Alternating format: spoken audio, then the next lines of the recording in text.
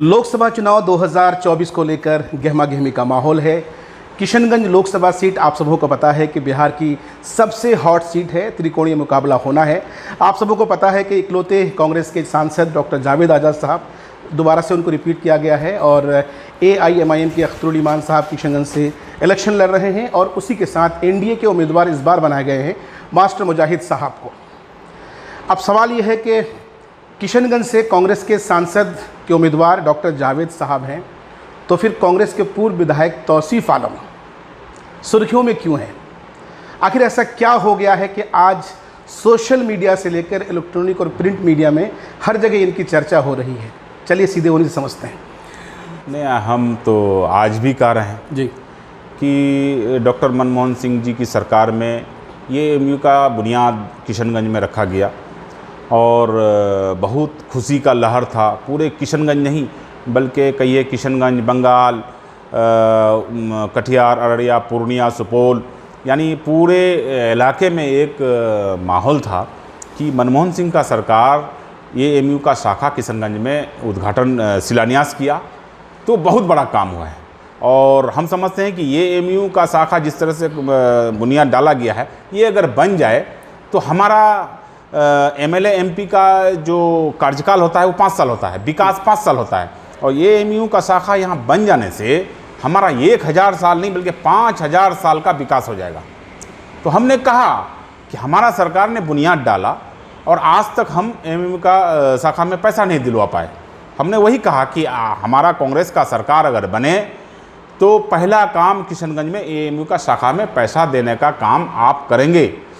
यही हमने आपसे खरगे जी से वादा कराया। और वो उन्होंने कहा कि तौसीफ बाबू, अगर कांग्रेस की सरकार बनती है तो किशनगंज में पहला काम होगा जो MU का शाखा में हम लोग पैसा दिलाएंगे और MU का सुचारू रूप से हम लोग चालू कराएंगे। अच्छा, कल की भरी सभा में आपके प्रदेश अध्यक्ष, राष्ट्रीय अध्यक्ष मौजूद थे और उनकी मौजूदगी में जिस तरीके से आपने MU किशनगंज का मुद्दा उठाया, आपने ये भी कहा कि मैं भी दावेदार था टिकट का, लेकिन कांग्रेस की एक जो है सब ट्रेडिशन है कि सीटिंग जो MP होता है उनका टिकट नहीं काटा जाता है। मेरा सवाल तौसीफ साहब से ये है कि जिस तरीके से, जिस बेबाकी से आपने MU किशनगंज का मुद्दा उठाया, उम्मीदवार होते तब भी इस बेबाकी से मुद्दे को उठाते, इसके लिए लड़ते। आपको लगता है कि MU का मुद्दा ज्वलित है, इस पर काम होना चाहिए?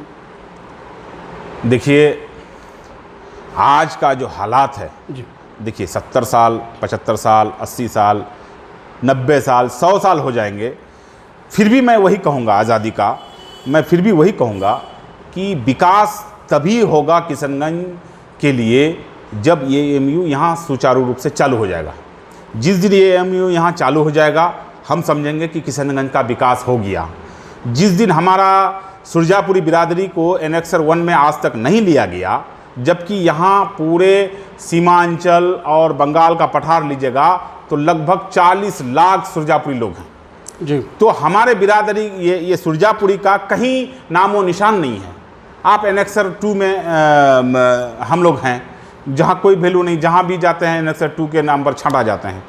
तो हम लोगों को जिस दिन एनेक्सर 1 में सुरजापुरी बिरादरी को आ जाएगा आरक्षण में, तब हम समझेंगे कि किशनगंज के अगल बगल के सुरजापुरी लोगों का विकास हुआ।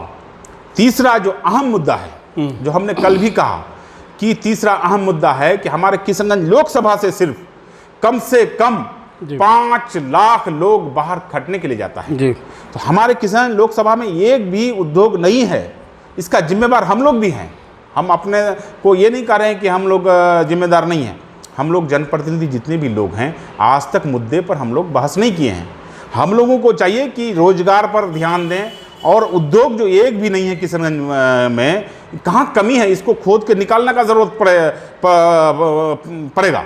और अगर मैं ये भी कहता हूँ कि अगर सारे पार्टी, मैं तो कहूँगा कि कांग्रेस का सरकार अगर बनता है तो किशनगंज में एक उद्योग ऐसा खुले जो हमारे जो 5 लाख लोग बाहर रहते हैं उसका रोजगार किशनगंज में मिलेगा। और किशनगंज में जब लोग रोजगार मिलेगा तो हमारा जो लोग हैं, हमारे भाई हैं, हमारे भतीजा हैं, हमारे बेटा हैं, वो लोग बाहर नहीं जा करके अपने माँ बहन से मिलेंगे, काम करेंगे, दिन भर शाम में जाके अपना मियाँ बीबी से मिलेंगे, बच्चे से मिलेंगे। ये इससे बड़ा विकास और कुछ नहीं हो सकता है। अच्छा, यही अहम मुद्दा है। आपने अपने शीर्ष नेतृत्व के सामने जिस बेबाकी से एएमयू का मुद्दा उठाया, मैं फिर उसी पे आ रहा हूँ। और एएमयू को लेकर कहीं ना कहीं आपने जिम्मेदार भी कांग्रेस की सरकार, यूपीए की सरकार को ठहराया और आपने उन तारीखों को भी गिनाया और खड़गे जी को आपने उनसे कमिटमेंट करवाया पब्लिक के बीच में। तो आपको नहीं लगता है कि भरी सभा में जिस तरीके से आपने अपने ही नेताओं को आईना दिखाने का काम किया, तो इसका परिणाम भी भुगतना पड़ सकता है भविष्य में आने वाले दिनों में, ऐसा कुछ? देखिए, सवाल उठता है परिणाम क्या होगा नहीं होगा, उस पर कभी हम सोचते नहीं हैं, क्योंकि हमने जब पहली बार जीता था तो निर्दलीय जीता था और मुझे विश्वास है कि जनता का विश्वास हम पर है और जनता का आवाज़ मैं नहीं उठाऊं तो हम अपने आप को समझूंगा कि मैं कायर हूं। इसलिए मैं कायर बन के नहीं रहना चाहता हूं, मैं मुद्दे की बात रखा हूं और कांग्रेस का सरकार अगर बना सेंट्रल में तो मैं दावे के साथ कहता हूं आपको कि सांसद जी चाहेगा नहीं चाहेगा, लेकिन मैं आपको दावे के साथ कहता हूं कि मैं अपने जिम्मेवारी से कहता हूं कि कांग्रेस का सरकार बनेगा सेंट्रल में तो एएमयू का फंड मैं दिलाऊंगा, मैं, और छीन के लाऊंगा। और जिस दिन एएमयू में पैसा नहीं दिलाऊंगा उस दिन मैं कांग्रेस को छोड़ने का काम करूंगा। चलिए, आपने कल एक बात कही एनआरसी के ताल्लुक से, आपने कहा, आपने अवाम से कहा कि कांग्रेस को जिताइए, डॉक्टर जावेद को नहीं, कांग्रेस को जिताइए, एनआरसी नहीं होगा। फिर हमने पब्लिक ओपिनियन किया, पब्लिक से जानना चाहा कि क्या ऐसा पॉसिबल है। तो लोगों की तरफ से एक प्रतिक्रिया ये आई कि जब हम लोग कोविड काल में परेशान हाल थे, जब लोग जो है पलायन कर रहे थे, तब कोई सांसद की तरफ से किसी ने भी जो है लोगों को रिस्पांस नहीं किया, ना कोविड काल में रिस्पांस किया, ना बाढ़ के मौके पे रिस्पांस किया। तो कहीं ना कहीं लोगों की तरफ से काफ़ी नेगेटिव प्रतिक्रियाएं थी। तो लोगों का ये मानना है कि जब इस छोटे छोटे मसले पर हमारे साथ सांसद नहीं खड़े हैं तो एनआरसी पे कब खड़े होंगे, ये बेबुनियाद है, ऐसा आरोप है लोगों का। देखिए, सवाल है सांसद का नहीं, हम तो कल सांसद का बात नहीं की जी। हमने कहा कि कांग्रेस को जिताइए। मैं कांग्रेस के तरफ से गारंटी लेता हूं, कांग्रेस के तरफ से मैं जिम्मेवारी लेता हूं कि किशनगंज में जो भी कांग्रेस सरकार में काम होगा उसका हिस्सेदारी किशनगंज में मिलेगा। मैं अपने ऊपर गारंटी लेता हूं आज भी कि आप कांग्रेस को वोट कीजिए, हम कांग्रेस का सरकार में जो भी आपका फंडिंग होगा मैं किशनगंज में दिलाने का काम करूंगा। सांसद जी का कमी है, मैं मानता हूं। सांसद जी का शिकायत है कि वो जीतने के बाद क्षेत्र में नहीं जाता है, जीतने के बाद कोई भी क्या कहते हैं कि जलसा में नहीं जाता है, कोई भी क्या कहते हैं कि जनाजा में या मौता में नहीं जाता है, किसी का भोज में नहीं जाता है और कोई भी अहम मुद्दे पर क्षेत्र में नहीं घूमता है। ये मैं मानता हूं कि हमारे सांसद में कमी है, लेकिन यहाँ डॉक्टर जावेद साहब का सवाल नहीं है, यहाँ सवाल है देश का, यहाँ सवाल है संविधान का, यहाँ सवाल है देश का नक्शा का, यहाँ सवाल है क्या कहते हैं कि हिंदुत्व का।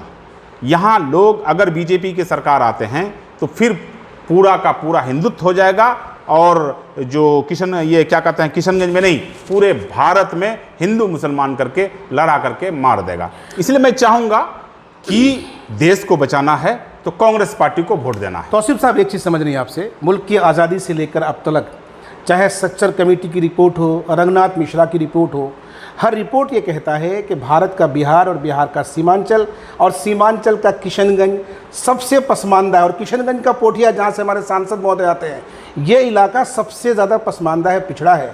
और जब चुनाव का वक्त आता है, चाहे विधानसभा हो या लोकसभा चुनाव हो, लोकसभा विधानसभा चुनाव के मौके पर सिर्फ यही बात में आकर लोग अटक जाते हैं कि भैया भाजपा को हराना है, भाजपा को हराना है। आज पूरे देश में भाजपा है, फिर यहाँ पर आप भाजपा का डर दिखाकर कांग्रेस का वोट मांग रहे हैं। आपको नहीं लग रहा है कि लोग अब अवेयर हो चुके हैं, सजग हो चुके हैं, इन बातों में नहीं आने वाले हैं, क्योंकि नेता है तो काम करके दिखाना होगा?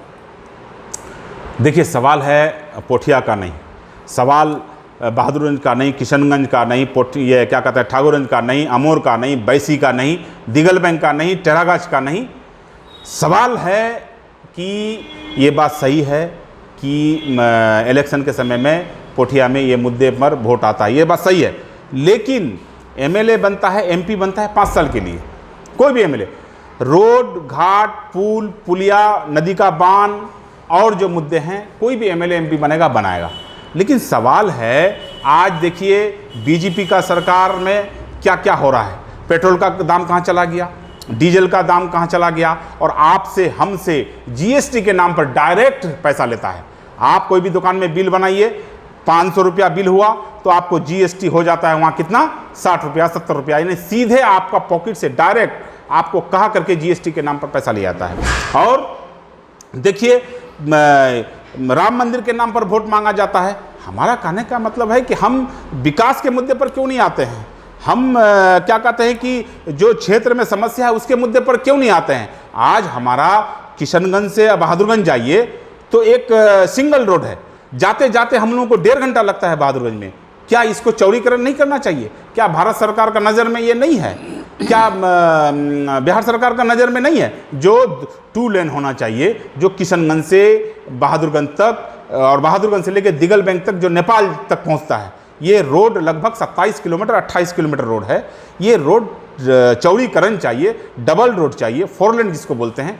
ये मात्र एक ऐसा रोड है जो किशनगंज जिला का कहिए तो दिल है, रीढ़ है, रीढ़ जिसको बोलते हैं। तो इन्हीं कामों को कराने के लिए तो डॉक्टर जावेद साहब को चुना गया था। खैर बहरहाल सुनिए, AIMIM के उम्मीदवार हैं जनाब अख्तरुल ईमान साहब, और अख्तरुल ईमान साहब अपने हर एक सभा में कहते हैं कि अगर आप यानी किशनगंज की जनता उन्हें जिताकर भेजेंगी तो यकीनी तौर पर वो कांग्रेस या गठबंधन, इंडिया गठबंधन, UPA जो भी हो, वो उन्हीं को सपोर्ट करेंगे। तो ऐसे में अगर दोनों नेताओं की तुलना करें तो यकीनी तौर पर अवाम का रुझान तो आपके उम्मीदवार की तरफ नहीं दिख रहा है। फिर किस बिना पर आप कांग्रेस के लिए वोट की अपील कर रहे हैं? देखिए, सवाल है, अख्तर साहब व्यक्तिगत बहुत अच्छे आदमी हैं, हमारे दोस्त में से भी हैं, हमारे रिश्तेदार में से भी हैं, और MLA में हम लोग एक साथ काम किए हैं। मैं उन पर टिप्पणी नहीं करना चाहता हूँ, लेकिन क्या गारंटी है कि AIMIM जीत करके क्या कहते हैं कि एंटी BJP का साथ देगा? मेरा स्पष्ट कहना है कि हम डायरेक्ट कांग्रेस अगर जिता देते हैं तो हमारा सरकार, जब राहुल जी का सरकार बनेंगे केंद्र में, तो हमारे यहाँ का जो सांसद होंगे वो मंत्रालय में हिस्सेदार होंगे। ये बात सही है कि MIM आज का डेट में है, ये बात नहीं कहता हूँ कि लोगों के जहन में है, लेकिन लोगों का जहन को हम लोग समझाएंगे और कहेंगे कि नहीं, एंटी BJP वोट हम लोगों को करना है, राहुल जी को देख करके वोट करना है, खरगे जी को देख के वोट करना है, सोनिया जी को देख के वोट करना है, प्रियंका गांधी को देख के वोट करना है, देश का हालात को देख करके वोट करना है, और देश का जो स्थिति है, दाढ़ी देख के, टोपी देख के जो लोगों पर हमला किया जा रहा है, इनको देख करके वोट करना है। खास करके किशनगंज में कांग्रेस में अगर वोट जाता है तो देश में एक मैसेज जाएगा कि नहीं, कांग्रेसी लोग मजबूती से कांग्रेस का साथ है। सर, कल की जो सभा हुई और कल की सभा में बहुत सारी चीज़ें देखने को मिली और इसको तमाम तर मीडिया ने बड़े ही प्रमुखता से दिखाया। एक अखबार लिखता है कि खड़गे जी का किशनगंज का सभा फ्लॉप है ना, तो जाहिर से एक मैसेज है, ख़तरनाक मैसेज गया है। और सियासी गलियारों में ये भी चर्चा है कि अब राहुल गांधी और प्रियंका गांधी का किशनगंज दौरा रद्द हो गया है। क्या सच्चाई ज़रा बताएं आप? नहीं, ऐसा कोई बात नहीं है। पार्टी तय करता है, जो स्टार प्रचारक होता है उसका लिस्ट होता है। राहुल प्रियंका आएंगे यहाँ पे? एकदम निश्चित आएंगे। हम लोग प्रोग्राम लेने का इसमें हैं कि इंशाल्लाह प्रोग्राम होगा, और प्रोग्राम राहुल जी का हो ना हो, प्रियंका गांधी का हो ना हो, लेकिन कांग्रेस किशनगंज से जीतेगा। मुस्लिम बहुल इलाका है और मुसलमानों के स्टार प्रचारक के तौर पर तो इमरान प्रतापगढ़ी को प्रेजेंट किया जाता है, और इमरान प्रतापगढ़ी आपके अच्छे दोस्तों में से हैं। तो क्या तौसीफ साहब की तरफ से पहल नहीं की गई कि इमरान साहब को यहाँ लाया जाए डॉक्टर जावेद के प्रचार प्रसार के लिए? तौसीफ साहब, एक बहुत ही ज़्यादा महत्वपूर्ण सवाल, और ये सवाल काफ़ी दुरुस्त भी है। आपने जिस तरीके से खड़गे जी के सामने और बिहार प्रदेश अध्यक्ष के सामने जिस तरीके से आपने कहीं ना कहीं जो बातें आपकी थी, बातें सही थी, लेकिन लोगों का ये मानना है कि वो कहीं ना कहीं डॉक्टर जावेद की मुखालिफ में चीज़ें जा रही है। तो हो सकता है कि आने वाले दिनों में विधानसभा टिकट आपके कटने के आसार हैं। ऐसी सूरत में क्या करेंगे तौसीफ साहब? देखिए, जहाँ तक सवाल है टिकट का जी, तो मैं आपको स्पष्ट कर दूं कि मेरे पास जनता का टिकट है। पहली बार हमने जब जीता था तो कांग्रेस पार्टी से जो प्रत्याशी था कांग्रेस पार्टी का था, और हमको निर्दलीय उनको हराने का काम किया था हमने। उसके बाद हम फिर कांग्रेस में आए थे। जहाँ तक सवाल है टिकट का, मैं टिकट का परवाह नहीं करता हूँ। टिकट का परवाह वो करे जो जनता के बीच में नहीं रहता है, जो दिल्ली में, पटना में बैठ के रहता है। मैं तो हर वक्त जनता के बीच में रहता हूँ, और मुझे यकीन है 100% कि मेरे पास जनता का टिकट है। कांग्रेस का टिकट मिले ना मिले, मेरे पास जनता का टिकट है। जनता चाहेगा तो मुझे MLA बनाएगा, जनता चाहेगा तो मुझे MP बनाएगा, जनता चाहेगा तो मुझे आसमान में बैठा सकता है। इसलिए मैं किसी टिकट के लिए बैठा नहीं रहता हूं, और आपको मेरे बारे में शायद पता नहीं है, हम टिकट लाने के लिए कभी नहीं जाता हूं। टिकट मुझे भेज देता है या फिर किसी को बुलाता है, हम भेज देते हैं, टिकट लेके चले जाता है। मैं टिकट का भूखा नहीं हूं, मेरे पास जनता का टिकट है। तौसीफ साहब, कहा यह जा रहा है कि जिस तरीके से एमआईएम के जिन नेताओं ने पार्टियों को छोड़ा, उनको लेकर इलाके में नाराज़गी है, अवाम में, वोटर्स में नाराज़गी है। ऐसे में ये भी कयास लगाया जा रहा है कि आने वाले दिनों में बहादुरगंज से एमआईएम तौसीफ साहब को अपना उम्मीदवार बना सकती है। अगर ऐसा कोई प्रपोजल आता है तो तौसीफ साहब कुछ सोच विचार करेंगे या एकदम से कूद पड़ेंगे?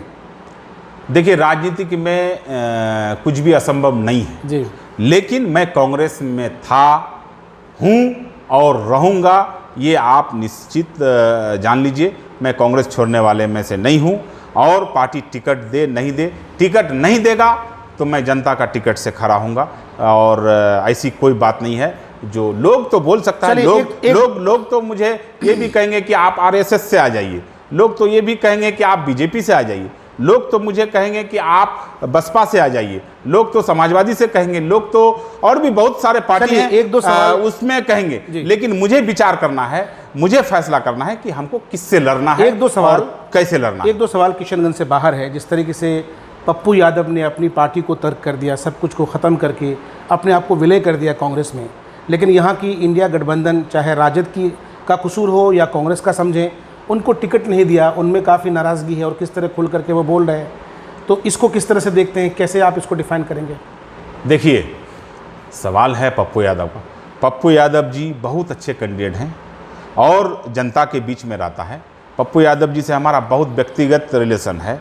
मैं तो हमेशा चाहूँगा कि वही जीते, लेकिन पार्टी गठबंधन में टिकट राजद के तरफ से बीमा भारती को दिया है। मैं पार्टी गठबंधन को निभाते हुए मैं अपील करना चाहूँगा कि पार्टी जो समर्थक है वो लोग बीमा भारती को वोट दे। लेकिन ये बात सही है कि पप्पू यादव आज का डेट में पूर्णिया में हावी है, और हो सकता है कि पप्पू यादव ही जीते, और जीत जाएगा तो वो कांग्रेस का हिस्सा रहेगा, क्योंकि पप्पू यादव जी की जो पत्नी हैं रंजीता रंजन जी, वो कांग्रेस का हिस्सेदार है और राज्यसभा सांसद भी हैं। इसीलिए